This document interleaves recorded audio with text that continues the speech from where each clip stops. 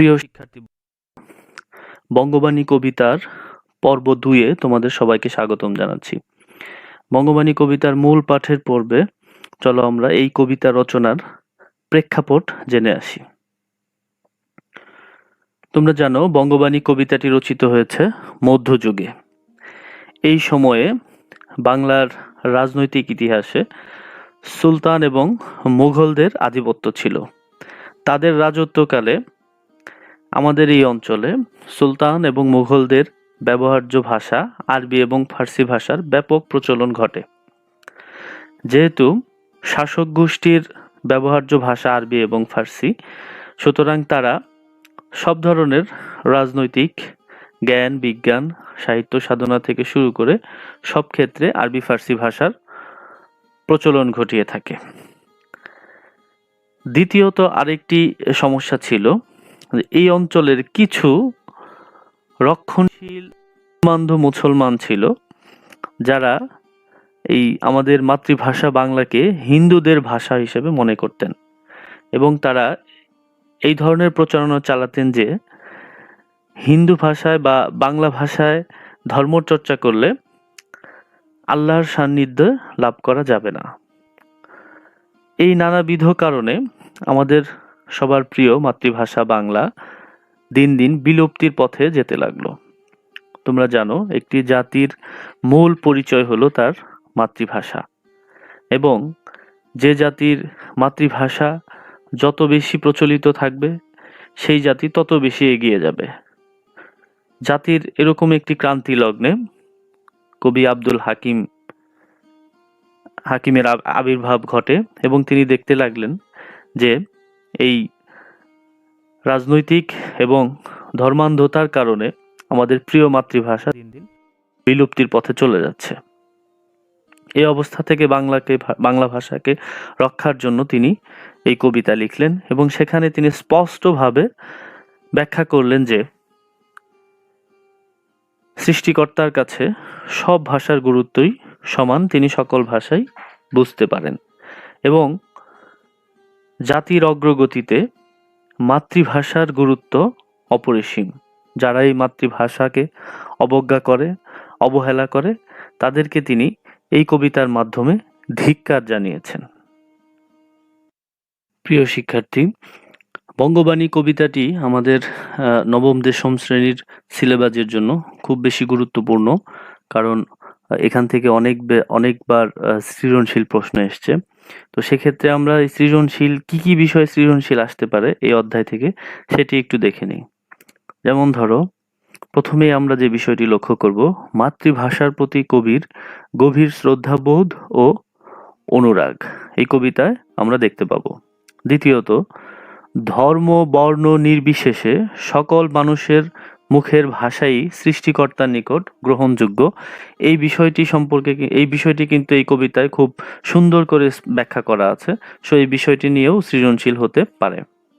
তৃতীয়ত, মাতৃভাষার অবজ্ঞাকারীদের প্রতি কবির ক্ষোভ ও ঘৃণা প্রকাশ পেয়েছে। অর্থাৎ যারা মাতৃভাষাকে অবজ্ঞা করে, অবহেলা করে, তাদের প্রতি যে কবির বিদ্বেষ, ক্ষোভ বা ঘৃণা, সেটি কিন্তু এই স্পষ্ট হয়েছে। সুতরাং এই বিষয়টি নিয়েও অনেক সময় সৃজনশীল আসে। চতুর্থত, মাতৃভাষা সবার বোধগম্য ও সকলের জন্য কল্যাণকর। অর্থাৎ এই মাতৃভাষায় আমরা সহজেই ভাব বিনিময় করতে পারি, মনের ভাব আদান প্রদান করতে পারি, এবং এই মাতৃভাষায় আমরা যদি জ্ঞান, বিজ্ঞান, সাহিত্য চর্চা করি তাহলে সেটি আমাদের জন্য অনেক বেশি কল্যাণকর। এই বিষয় সম্পর্কেও এই কবিতায় বলা আছে। সুতরাং এই বিষয়টি নিয়েও কিন্তু সৃজনশীল প্রশ্ন আসতে পারে। এরপরে দেখো, যে কোনো কবিতাই বোঝার জন্য কবিতার আক্ষরিক অর্থের চেয়ে ভাবার্থকে বেশি গুরুত্ব দিতে হবে, কারণ কবিতার ভাষার ভেতরে অনেক কথা আসলে লুকিয়ে থাকে।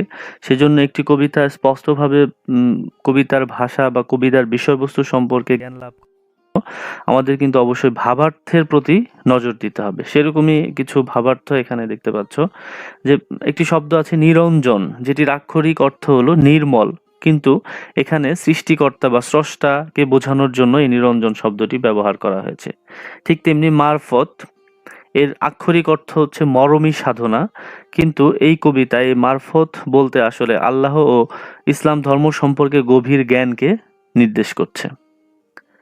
তেমনি দেখো হিন্দে, হিন্দুয়ানি, হিন্দুর অক্ষর, এই শব্দগুলো আমরা যতবার পাবো এই শব্দগুলো দ্বারা কিন্তু আসলে বাংলা ভাষাকে বোঝানো হয়েছে। ঠিক তেমনি আরো অনেক, যেহেতু মধ্যযুগে রচিত এই কবিতাটি, তেমনি আরো অনেক ভাষা পাবো যেগুলো আসলে ভাবার্থ দিয়ে আমরা এই কবিতাটি বোঝার চেষ্টা করব। এই পর্যায়ে চলো আমরা বঙ্গবাণী কবিতাটি পাঠ করি। তোমরা জানো বঙ্গবাণী কবিতাটি মধ্যযুগে রচিত হয়েছিল। মধ্যযুগে রচিত কবিতার একটি অন্যতম বৈশিষ্ট্য হলো কবিতার প্রথমেই বা শুরুতেই একটি ভূমিকা প্রদান করা, যেটি আসলে আমরা আধুনিক কবিতায় লক্ষ্য করি না, কিন্তু মধ্যযুগে এটি ব্যাপকভাবে প্রচলিত ছিল। যে কোনো কবিতার বিষয়বস্তুর ভূমিকা দেয়া, সেরকম এই কবিতাটিও ব্যতিক্রম নয়। দেখো কবিতাটি শুরু করছি। কিতাব পড়িতে যার নাহিক অভ্যাস, সেসবে কহিল মতে মনে হাবিলাস। অর্থাৎ তোমাদের ক্লাসে শুরুতেই বলেছিলাম যে কবিতা বুঝতে হলে অবশ্যই ভাবার্থ দিয়ে বুঝতে হবে। যেমন এখানে বলা আছে যে কিতাব পড়িতে যার নাহিক অভ্যাস, অর্থাৎ বই পুস্তক যারা ওইভাবে পড়তে পারছে না, অর্থাৎ যাদের জ্ঞানের সীমাবদ্ধতা রয়েছে, তারা ওই মধ্যযুগে রচিত যে আরবি ফার্সিতে রচিত যে বইগুলো সেগুলো যারা পড়তে পারছে না, এইরকম কিছু লোক সেসবে, অর্থাৎ ওই সমস্ত কিছু লোক কহিল মানে বলল, মতে মানে আমাকে, মনে তাদের ইচ্ছার কথা। হাবিলাস শব্দের অর্থ তোমরা জানো ইচ্ছা, অর্থাৎ তাদের যে সমস্ত লোকগুলো অর্ধশিক্ষিত অল্প শিক্ষিত সে সকল লোকের মনের ইচ্ছার কথা আমাকে জানালো, কবির কাছে জানালো। তে কাজে নিবেদি বাংলা করিয়া রচন, নিজ পরিশ্রম তোষী আমি সর্বজন। তে কাজে বলতে এই যে ইচ্ছার কথা জানিয়েছিল, সেই ইচ্ছা পূরণের কাজে নিবেদন করলেন কবি নিজেকে। কি নিবেদন করলেন? বাংলায় সাহিত্য রচনা করলেন। বাংলা সাহিত্য রচনা নিজ পরিশ্রম তোষী, অর্থাৎ কবি নিজে পরিশ্রম করে তাদেরকে, অর্থাৎ কাদেরকে? এই যে যারা অল্প শিক্ষিত অর্ধশিক্ষিত, তাদেরকে সন্তুষ্ট করার জন্য, তোষী মানে সন্তুষ্ট করার জন্য, তাদের সবাইকে সন্তুষ্ট করার জন্য কবি বাংলায় সাহিত্য রচনা করলেন।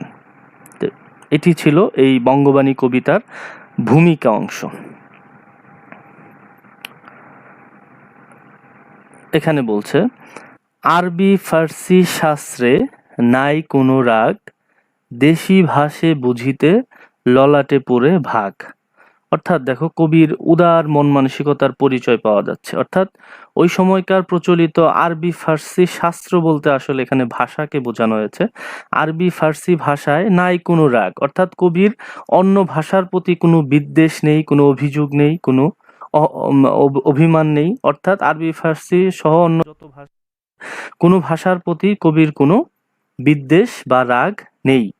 তবে তিনি একটি কথা বলেছেন যে দেশি ভাষে বুঝিতে ললাটে পুরে ভাগ। তবে দেশি ভাষা বলতে এখানে মাতৃভাষাকে বোঝানো হয়েছে। তবে তিনি বলছেন যে দেশি ভাষা বা মাতৃভাষা বুঝিতে, অর্থাৎ খুব সহজেই হৃদয়ঙ্গম করা যায় এবং বোঝা যায়, উপলব্ধি করা যায়। এবং এখানে ললাট শব্দের অর্থ কপাল এবং ভাগ শব্দের অর্থ ভাগ্য। তো এখানে বলছে যে যারা, এখানে এই লাইনটির দুটো অর্থ হতে পারে, অর্থাৎ যারা দেশি ভাষা বুঝতে পারে তাদের কিন্তু কি কপালটা উন্নত, ভাগ্যটা উন্নত, কিন্তু যারা দেশি ভাষা বুঝতে চায় না তাদের ললাটে পড়ে ভাগ, অর্থাৎ তাদের দুর্ভাগ্য, অর্থাৎ তাদের কপাল পোড়া। আরবি ফার্সি হিন্দে নাই দুই মত, যদি বা লিখয়ে আল্লাহ নবীর সিফত। এখানে আরবি একটি ভাষা, ফার্সি একটি ভাষা। তোমাদের বলেছিলাম ক্লাসের শুরুতে যে হিন্দে বলতে এখানে বাংলা ভাষাকে বোঝানো হয়েছে। যে তিনি বলছেন, খুব সহজ করে বলছেন যে আরবি ফার্সি বাংলা ভাষার মধ্যে আলাদা কোনো পার্থক্য বা আলাদা কোনো মর্যাদা নেই, সকল ভাষার মর্যাদাই সমান। অর্থাৎ ওই সমস্ত লোকদেরকে তিনি এই কথাগুলো বলছেন যে যারা এই বাংলায় জন্মগ্রহণ করে বাংলা ভাষাকে অবজ্ঞা করে, অবহেলা করে, বাংলা ভাষাকে তারা ঘৃণার চোখে দেখে এবং তারা আরবি ফার্সি ভাষাকে বেশি গুরুত্ব দেয়। ওই সমস্ত মানুষের তিনি জবাব হিসাবে এই লাইনটি বলছেন যে আরবি ফার্সি হিন্দে নাই দুই মত। কত সুন্দর করে বলছেন দেখো, যে আরবি ভাষা, ফার্সি ভাষা, বাংলা ভাষা, কোনো ভাষায় আলাদা কোনো মর্যাদা নেই। যদি বা লিখয়ে আল্লাহ নবীর সিফত। এখানে আল্লাহ নবীর সিফত বলতে, এই যে আল্লাহর সিফত বলতে কোরআন এবং নবীর সিফত বলতে হাদিস, অর্থাৎ এই আরবি ফার্সি ভাষায় এই কোরআন এবং হাদিসগুলো রচিত। যদিও আরবি ফার্সি ভাষায় কোরআন এবং হাদিস রচিত হয়েছে, কিন্তু তারপরেও আল্লাহর কাছে, সৃষ্টিকর্তার কাছে সকল ভাষার মর্যাদা কিন্তু সমান। কত সুন্দর যুক্তি দিয়ে তিনি বুঝিয়ে দিয়েছেন এবং উদার চিত্তের প্রকাশ কিন্তু এখানে উনি ঘটিয়েছেন। বলছে যে আমার আরবি ফার্সি ভাষার প্রতি কোনো রাগ নেই, অভিযোগ নেই, তবে দেশি ভাষায় আমরা কি সকলেই ভাবের আদান প্রদান সহজে করতে পারি এবং বুঝতে পারি। যারা বুঝতে চায় না তাদের কপালটা পোড়া। আর আরবি ফার্সি ভাষার এবং বাংলা ভাষার মধ্যে আলাদা কোনো পার্থক্য নাই। যদিও আরবি ফার্সি ভাষায় আল্লাহর সিফত, নবীর সিফত বা ইসলাম ধর্মীয় অনেক বিষয় লিখা হয়েছে, তবে তারপরেও আল্লাহর কাছে, সৃষ্টিকর্তার কাছে সকল ভাষা সমান। যেই দেশে যেই বাক্য কহে নরগণ, সেই বাক্য বুঝে প্রভু আপে নিরঞ্জন। অর্থাৎ এখানে কবি বলতে চাচ্ছেন যে যেই দেশের মানুষ যে ভাষা, এখানে বাক্য বলতে ভাষা বোঝানো হয়েছে, যেই বাক্য কহে মানে কথা বলে, নরগণ মানে জনগণ বা মানুষ, অর্থাৎ যে দেশের মানুষ যে ভাষাই কথা বলুক না কেন, সেই বাক্য অর্থাৎ সেই ভাষা বুঝে প্রভু আপে নিরঞ্জন। আপে শব্দর অর্থ স্বয়ং বা হিমসেলফ। এখানে নিরঞ্জন শব্দ কিন্তু সৃষ্টিকর্তা অর্থে ব্যবহৃত হয়েছে, তোমরা জানো। অর্থাৎ কত সুন্দর করে উনি বলেছেন, বুঝিয়ে দিয়েছেন যে যেই দেশের মানুষ যে ভাষাতেই কথা বলুক না কেন, সেই ভাষা সৃষ্টিকর্তা স্বয়ং নিজে বুঝে যান, তাকে দোভাষীর দরকার হয় না, অর্থাৎ তাকে অন্য কেউ ভাষা বুঝিয়ে দিতে হয় না। অর্থাৎ সব ভাষা উনি স্বয়ং নিজেই বুঝতে পারেন, কারো সাহায্য ছাড়াই সব মানুষের কথা কিন্তু সৃষ্টিকর্তা বুঝতে পারেন। সর্ববাক্য বুঝে প্রভু কিবা হিন্দু আনি, বঙ্গদেশী বাক্য কিবা যত ইতিবাণী। অর্থাৎ পরের দুটো লাইনে কিন্তু একই কথা বলছে যে আমাদের প্রভু সৃষ্টিকর্তা সব ভাষাই কি বুঝতে পারেন, এবং কি হিন্দুয়ানি বলতে বাংলা ভাষা, তোমরা জানো যে বাংলা ভাষা সহ সব ভাষাই প্রভু বুঝতে পারেন। বাংলাদেশি বাক্য মানে বাংলা ভাষা সহ পৃথিবীতে যত ভাষা প্রচলন আছে, যত ভাষার আহ কথা বলুক না কেন পৃথিবীর মানুষ সব ভাষাই প্রভু বুঝতে পারেন। এই চারটি লাইনে কবি আব্দুল হাকিম কত সুন্দর করে গভীর একটি ধর্মতত্ত্ব কিন্তু আমাদের বুঝিয়েছেন, এবং তিনি সৃষ্টিকর্তা প্রশংসা করেছেন, এবং তিনি বলতে চাচ্ছেন যে সৃষ্টিকর্তা সর্বজ্ঞ, সর্বজ্ঞানী, অর্থাৎ তিনি সবকিছু দেখেন এবং সবকিছু বোঝেন। অর্থাৎ তার কাছে আমাদের ভাষা, সবার ভাষা তিনি হৃদয়ঙ্গম করতে পারেন এবং উপলব্ধি করতে পারেন। তার কাছে আলাদা ভাষা বলতে কোনো কিছু নেই। তিনি ভাষা সৃষ্টি করেছেন এবং তিনি সব মানুষের সব ভাষা কারো সাহায্য ছাড়া নিজেই সকলের ভাষা তিনি বুঝতে পারছেন। অর্থাৎ তোমাদের বলেছিলাম যে যে সকল গোঁড়া উন্নাসিক মুসলমান বা ধর্মান্ধ মুসলমান এই বাংলা ভাষাকে হিন্দুর ভাষা বলতো, এই বাংলা ভাষাকে হিন্দুয়ানি বলে অবজ্ঞা করত, তাদেরকে কিন্তু কবি আব্দুল হাকিম খুব সুন্দর করে সাহিত্যের ভাষায় এখানে জবাব দিয়ে দিয়েছেন, এবং তাদের ভুল ব্যাখ্যার এখানে তিনি কি খণ্ডায়ন করেছেন এবং সঠিকভাবে তাদের গভীর ধর্মতত্ত্বটি কিন্তু বোঝানোর চেষ্টা করেছেন।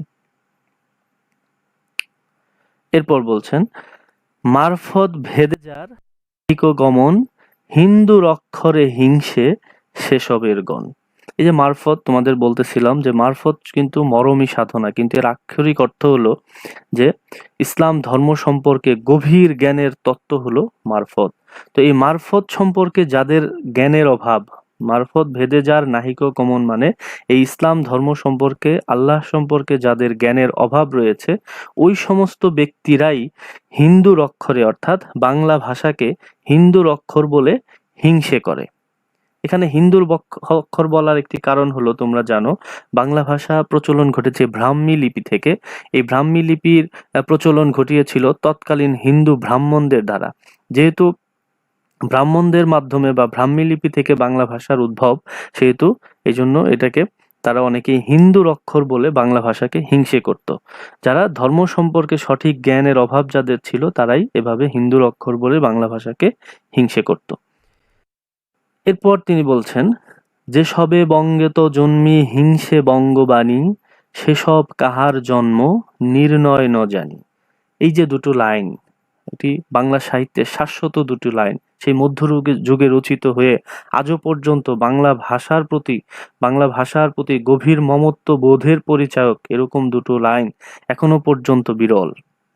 কি বলছে এখানে, যে যেসব বাংলায় জন্মগ্রহণ করছে, বাংলার আলো বাতাস গ্রহণ করছে, বাংলার পানি জল খেয়ে বড় হচ্ছে, বাংলায় জন্মগ্রহণ করছে, কিন্তু বঙ্গবাণী অর্থাৎ বাংলা ভাষাকে তারা অবহেলা করছে, সেসব কাহার জন্ম নির্ণয় ন জানি। ওই সমস্ত ব্যক্তিদেরকে তিনি পরগাছা শেকড়হীন মানুষ হিসেবে উল্লেখ করেছেন।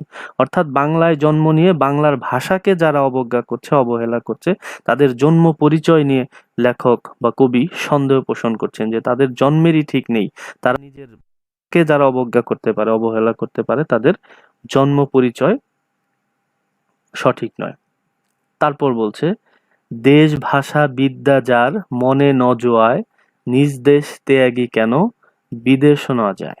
অর্থাৎ এই দেশ, স্বদেশ, স্বভাষার বিদ্যা যার মনকে তৃপ্ত করতে পারে না, আনন্দ দিতে পারে না, ন জোয়ায়, এই যে ন জোয়ায়, ন যায়, ন জানি, এগুলো কিন্তু চট্টগ্রামের আঞ্চলিক ভাষার উদাহরণ। তোমরা জানো যে কবি আব্দুল হাকিম সন্দ্বীপের সুধারামপুর গ্রামে জন্মগ্রহণ করেছেন, তো সেখানকার ভাষা কিন্তু এখানে কিছুটা উঠে এসছে। এই যে দেশ ভাষা বিদ্যা যার মনে ন জোয়ায়, অর্থাৎ দেশ, স্বদেশ, স্বভাষা যার মনকে তৃপ্ত করতে পারে না, শান্তি দিতে পারে না, তাদের শাস্তি হিসেবে কবি বলছেন, নিজ দেশ ত্যাগী কেন বিদেশ না যায়। অর্থাৎ এই দেশটা ছেড়ে তাদেরকে বিদেশ চলে যেতে বলছেন। অর্থাৎ এই যে শেষের 4টি লাইন এখানে দেয়া আছে, 4টি লাইনে কিন্তু কথা খুব বলিষ্ঠভাবে কবি ঘোষণা করেছেন। অর্থাৎ যারা বঙ্গে জন্মে বাংলা ভাষাকে অবজ্ঞা করবে, অবহেলা করবে, তারা এইখানকার একজন পরগাছা, একজন পরাশ্রয়ী বা শেকড়হীন, এদের জন্ম পরিচয়ে সমস্যা আছে।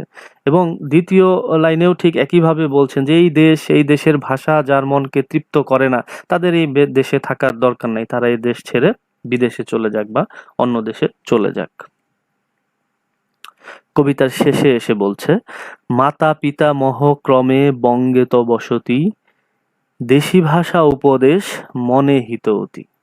শেষের দুটো লাইনে বলছে যে মাতামহ বা পিতামহ, অর্থাৎ আমার নানার বংশ থেকে, আমার পিতামহ বা আমার পিতার বংশ থেকে, দাদার বংশ থেকে আমরা বংশ পরম্পরায় এই বাংলায় বসবাস করে আসছি। দেশি ভাষা উপদেশ মনে হিত অতি, আমাদের পূর্বপুরুষরা তাদের নিজ মাতৃভাষায় আমাদেরকে যে উপদেশ দিয়ে সেগুলোই আমাদের জন্য আসলে কল্যাণকর, সেগুলোই আমাদের জন্য হিতকর। দেশি ভাষা উপদেশ মনে হিত অতি, অর্থাৎ আমাদের যে মাতৃভাষা এবং এই মাতৃভাষায় আমাদের পূর্বপুরুষরা যে উপদেশ, যে দিক নির্দেশনা আমাদেরকে দিয়ে গেছেন, সেটি আসলে আমাদের জন্য অনেক বেশি কল্যাণকর। তো বন্ধুরা, এই ছিল আজকের কবিতা। আজকের কবিতা থেকে দুটো সৃজনশীলের নমুনা প্রশ্ন এখানে দিয়ে দেওয়া হলো। তো আশা করছি তোমরা এই প্রশ্নগুলো অনুশীলন করার চেষ্টা করবে।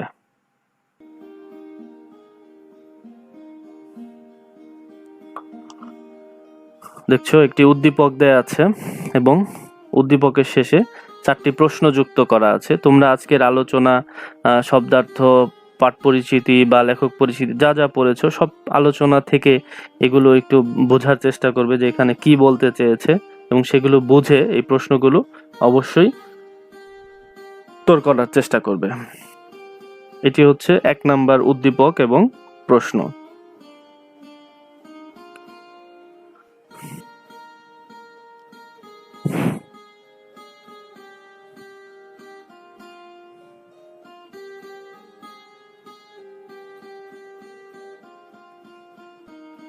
এটি দ্বিতীয় উদ্দীপক এবং প্রশ্ন।